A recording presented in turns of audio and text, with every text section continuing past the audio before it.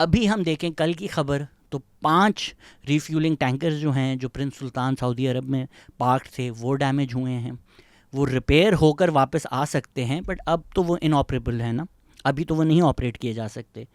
फिर परसों रात क्या खबर आई कि एक रीफ्यूलिंग प्लेन जो है वो गिर गया। यूएस बोल रहा है फ्रेंडली फायर में खुद से गिर गया, एक मसला था।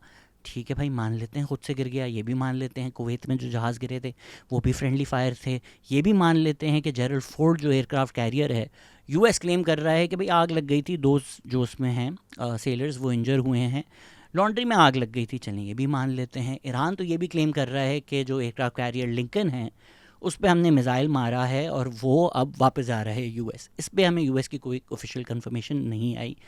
एक तो जो रीफ्यूलिंग प्लेन गिरा है वो इराक के ऊपर गिरा है, लेकिन जो बाकी रीफ्यूलिंग टैंकर्स पे बॉम्ब पड़ा है वो सऊदी अरब के प्रिंस सुल्तान बेस पे पड़ा है।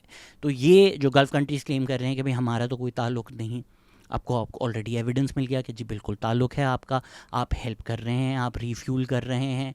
आरएएफ का भी एक बेस जो है उसकी वीडियोस आ गई कि वो मिसाइल्स जो हैं यूएस बॉम्बर्स पे लगा रहे हैं। तो ब्रिटिश भी अब ये नहीं क्लेम कर सकता, जो उनकी ऑफिशियल पोजीशन है, कि हम सिर्फ डिफेंसिव उसमें हेल्प कर रहे हैं, वो क्लियरली ऑफेंसिव उसमें हेल्प कर रहे हैं जब वो मिसाइल्स लगा रहे हैं। यूएस की जो इनविंसिबिलिटी वाला एक मिथ था वो थोड़ा सा डिस्ट्रॉय हुआ है। KC-135 जो गिरा था उसके सारे crew members unfortunately have died. वो भी फिर जो डेथ टोल है वो स्लोली स्लोली बढ़ता जा रहा है।